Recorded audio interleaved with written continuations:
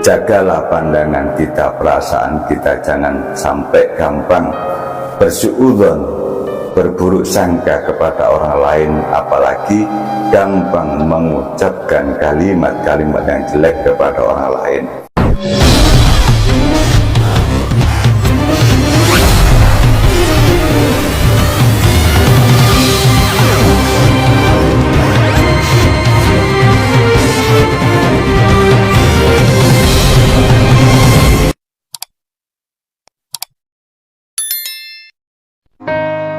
Jamaah rahimakumullah, menjelang di bulan Ramadan ini ada suatu makalah yang disampaikan oleh Hatim Al-Asam radhiyallahu anhu. Innallaha katama sittata fi sittatin. Allah merahasiakan 6 perkara dari 6 perkara. Innallaha katama, Allah merahasiakan, sesungguhnya Allah merahasiakan fi sittatin, di dalam 6 perkara. Jamaah rahimakumullah, ada rahasia-rahasia Allah yang memang betul-betul dirahasiakan oleh Allah Subhanahu wa ta'ala kepada hamba-hambanya, supaya hamba-hambanya seperti kita ini hidup di alam dunia, terlebih-lebih menjelang di bulan Ramadan ini tidak terlena dengan urusan hal duniawi, melainkan kita semua betul-betul belajar bisa menjalankan ibadah di bulan Ramadan ini dengan semaksimal mungkin. Jamaah rahimakumullah, innallaha katama sittati fi sittatin. Yang pertama yang dirahasiakan oleh Allah Subhanahu wa ta'ala, katama ridho fi ta'ati. Allah merahasiakan ridhonya, katama ridho fi ta'atin. Allah merahasiakan ridhonya fi ta'atin, di dalam ketaatan hambanya. Allah merahasiakan ketaatan, ridhonya di dalam ketaatan seorang hamba. Kenapa kok Allah merahasiakan ridhonya di dalam ketaatannya? Ketaatan suatu hambanya atau hambanya yang melakukan suatu ibadah, supaya manusia liyajdahidan nas, supaya hamba-hambanya Allah, makhluk-makhluknya Allah yang hidup di alam dunia ini tidak gampang meremehkan suatu amalan ibadah yang berbentuk apapun, baik ibadah yang berbentuk mahdhah maupun ghairu mahdhah, baik ibadah yang besar maupun yang kecil, wajib atau sunnah. Allah ridhonya menempatkan di mana? Mungkin Allah ridho dengan ketaatan kita, ibadah kita yang sepele. Mungkin Allah ridho dengan ketaatan kita yang wajib-wajib. Artinya Allah merahasiakan ketaatannya seorang hamba. Allah merahasiakan ridhonya di dalam ketaatan seorang hamba, supaya manusia tersebut tidak membeda-bedakan ibadah, apa itu sholat wajib, apa itu sholat sunnah, membantu orang yang membutuhkan pertolongan dan lain sebagainya. Kalau kita membedakan, oh ini ibadah wajib, aku lebih mewajibkan, yang sunnah kita tinggalkan, tidak seperti itu para jamaah. Dengan tujuan Allah merahasiakan ridhonya di dalam ketaatan hambanya, supaya manusia tersebut liyajdahidan nas, bersungguh-sungguh di dalam menjalankan ibadah, baik yang berbentuk mahdhah, yang wajib, ghairu mahdhah, apa itu yang sunnah. Jamaah rahimakumullah, supaya kita semua fastabiqul khairat, berlomba-lomba di dalam mencari kebajikan. Kita tidak boleh menyepelekan ibadah-ibadah hanya sekedar mutunya, akan tetapi kita gampang meremehkan ibadah-ibadah yang lain atau ibadah yang kecil. Inilah yang menjadikan kita terlena, akhirnya kita di hadapan Allah ternyata menjadikan malapetaka. Jamaah rahimakumullah, kata maridho fi ta'ati, Allah merahasiakan ridhonya di dalam ketaatan hambanya, supaya kita semua tidak menganggap sepele baik ibadah berbentuk tolakul ilmi, kita mencari ilmu, baik kita ibadah berbuat baik kepada orang lain, membantu orang lain. Sebab suatu ketika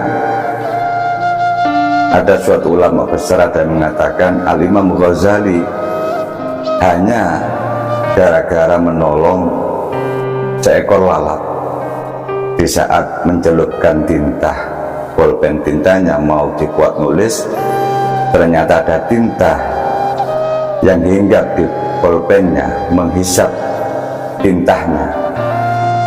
Di dalam hatinya panjenenganipun atau beliau Imam Al-Ghazali,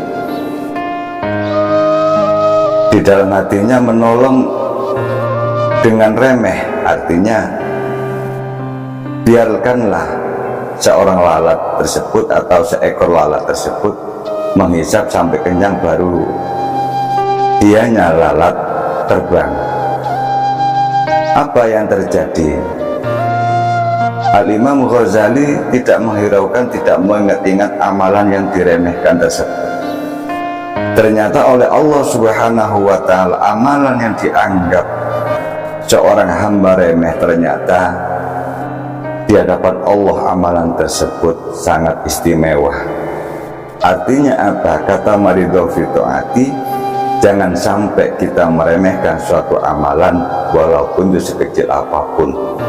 Kita belajar fastabiqul khairat, berlomba-lomba dalam mencari suatu kebaikan dengan sekuat-kuatnya kita, semampu-mampunya kita, untuk menjalankan apa yang diperintahkan oleh Allah Subhanahu wa ta'ala. Jamaah rahimakumullah, yang kedua yang dirahasiakan oleh Allah Subhanahu wa ta'ala, wa katamal ghadab fi maksiyati, Allah merahasiakan murkanya di dalam kemaksiatan hambanya. Kenapa kok Allah merahasiakan maksiatnya? Supaya betul-betul manusia tersebut berhati-hati, jangan sampai kita itu sering melakukan suatu kemaksiat. Karena apa? Wa katamal ghadab fi maksiyati, Allah merahasiakan murkanya, ghadabnya di dalam perilaku kemaksiatan hambanya.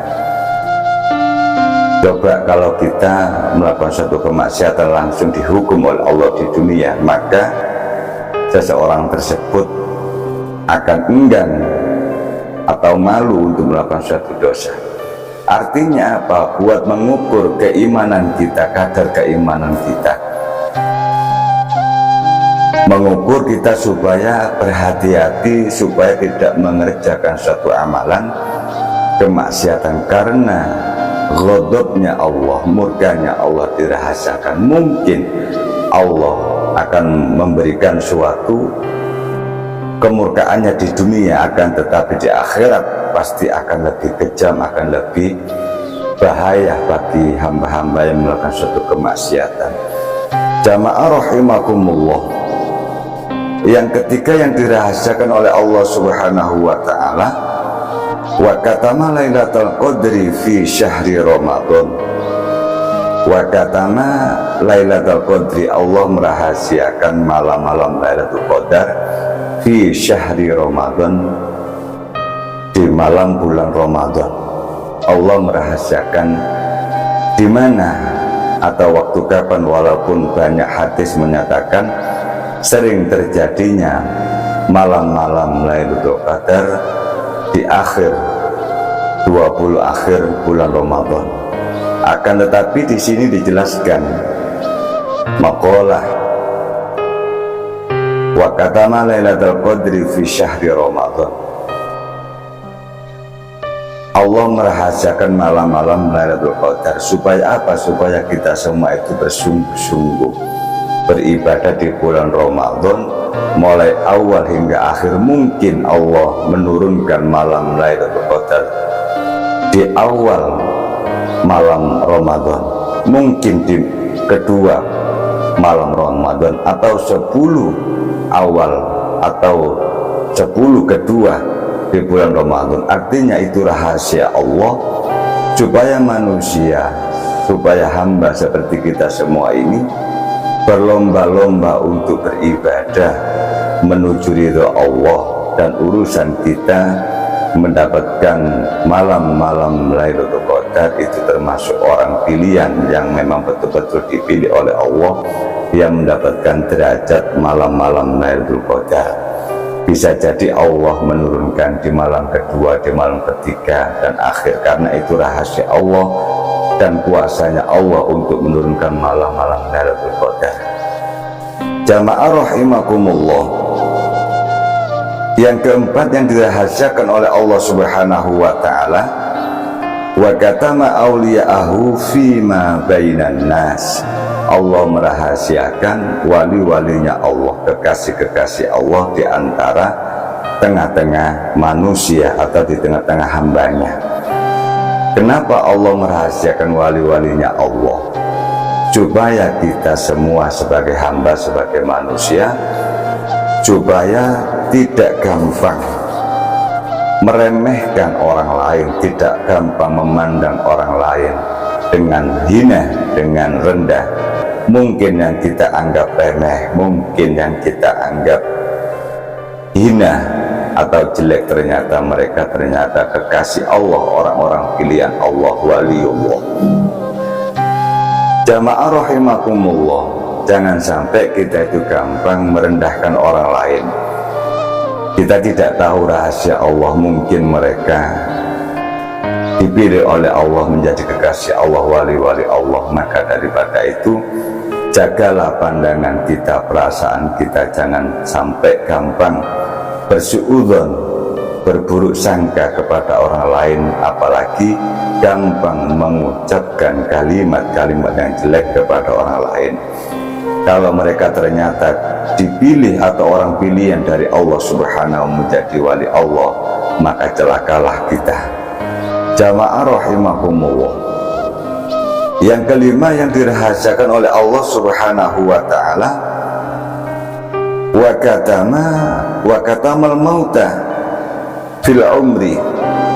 Allah merahasiakan kematian di dalam umur manusia. Wa katamal mauta fil umri, Allah merahasiakan kematian di dalam umur manusia. Kenapa Allah merahasiakan kapan kita akan diambil rahasia umur kita di dalam kematian kita? Mungkin di waktu kecil kita diambil, mungkin di pertengahan umur kita diambil. Kenapa dirahasiakan oleh Allah Subhanahu wa taala masalah kematian di dalam umur manusia? Supaya manusia seperti kita ini tidak terlena dengan urusan hal duniawi atau egoisme atau nafsu belaka, akhirnya lalai melupakan dengan kewajiban kita sebagai hamba. Wa ma khalaqatul jinna wal insa illa liya'budun, yakni untuk beribadah kepada Allah Subhanahu wa taala. Banyak terlena dengan urusan duniawi, urusan kesenangan saja, seakan-akan umur kita itu masih panjang, merasa kita masih muda. Kita tidak tahu kematian kita itu akan menjemput di waktu kapan dan saat apa. Mudah-mudahan kita semua diberi kematian oleh Allah dengan husnul khotimah, kematian yang baik, atau minimal mendapatkan ridho oleh Allah Subhanahu wa ta'ala. Jamaah rahimakumullah, yang terakhir yang dirahasiakan oleh Allah Subhanahu wa ta'ala, wa katamas sholatil wusta bis sholawati. Allah merahasiakan sholat di tengah-tengah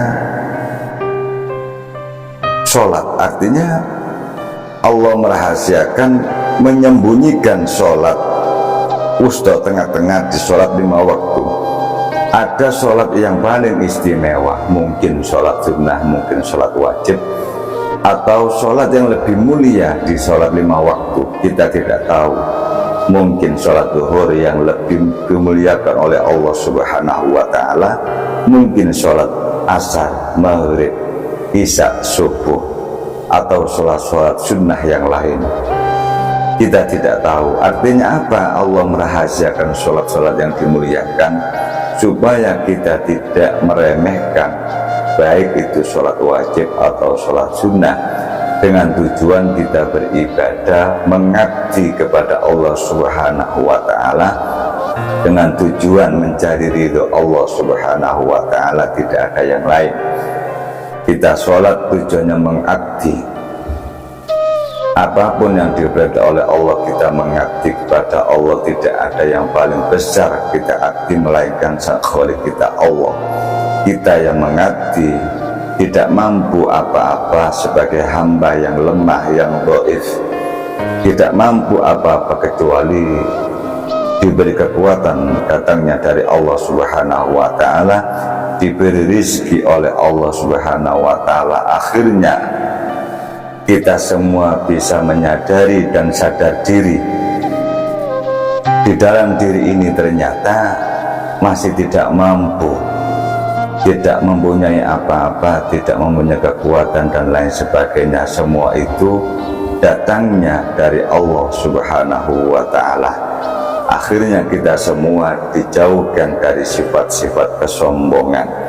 Harta amanat dari Allah Subhanahu wa Ta'ala, umur amanat dari Allah Subhanahu wa Ta'ala, kesehatan kita baik keluarga, anak, keturunan kita semua, itu semua datangnya amanat dari Allah Subhanahu wa Ta'ala yang diberikan kepada hambanya.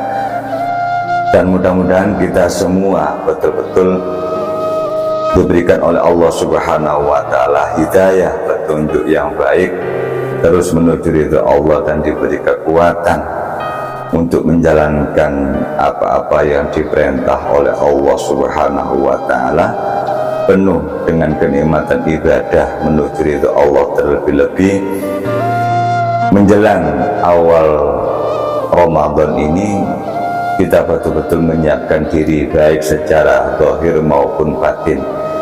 Man fariha bi dukhuli Ramadan imanan wa ihtisaban ghufira lahu ma taqaddama min dzambi. Barang siapa mengfariha, senang, bunga hatinya bi dukhuli Ramadan, artinya datangnya di bulan Ramadan, kita bersiap-siap menyambut bulan Ramadan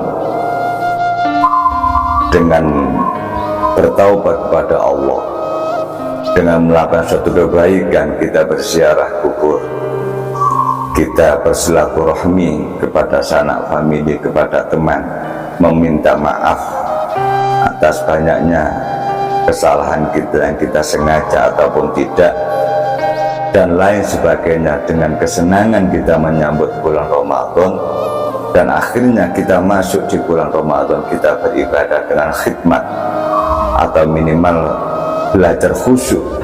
Bagaimana nikmatnya kita sudah meminta maaf kepada orang lain, kita sudah saling membantu atau memberi bantuan kepada orang lain yang membutuhkan. Inilah termasuk perilaku-perilaku yang senang menyambut di bulan Ramadan. Bukan hanya senang secara batinnya saja, melainkan perilaku kita menunjukkan sifat-sifat yang hasanah, yang baik, yang berhubungan hablum minan nas di sekeliling kita. Kita ayomi, kita tuntun dengan sebaik-baiknya. Mudah-mudahan sekelumit apa yang kami sampaikan ini menjadi mudzakarah. Mungkin ada kekurangan, dan masih banyak kekurangan kami di sini. Mudah-mudahan kita semua diberikan ma'unah, pertolongan oleh Allah Subhanahu wa Ta'ala fid dini wa dunya hatta al-akhirah. Salam Santri Embongan Official. Assalamualaikum warahmatullahi wabarakatuh.